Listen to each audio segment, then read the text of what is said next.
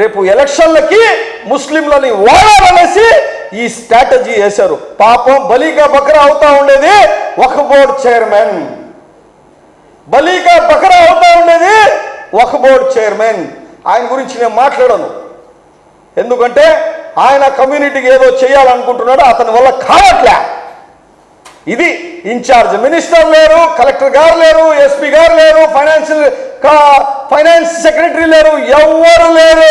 శంకుస్థాపన తెలుగుదేశం పార్టీ కార్యక్రమం ఇది. ఇదా మీరు ఇంటర్నేషనల్ స్కూల్ పెట్టేది?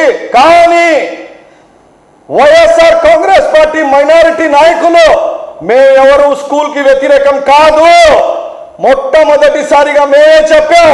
ఏమని చెప్పాం? గతంలో ప్రెస్ మీట్లు చూడండి, నేనున్నాను, నా పక్కన ఖలీల్ భాయ్ ఉన్నాడు, మస్తాన్ భాయ్ ఉన్నాడు, సిద్దిక్ భాయ్ ఉన్నాడు, జియా భాయ్ ఉన్నాడు, అందరు ఉన్నాం.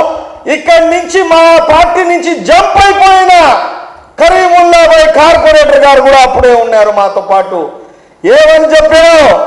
అబ్దుల్ కలాం గారి పేరుతో ఇన్స్టిట్యూట్ పెట్టండి, మేము కూడా మద్దతు ఇస్తామని. కానీ ఇన్స్టిట్యూట్ కి మనం ఎవరు వ్యతిరేకం కాదు, మీరు చేసే విధానాలు కరెక్ట్ కాదు. ఇది గుర్తు పెట్టుకోండి.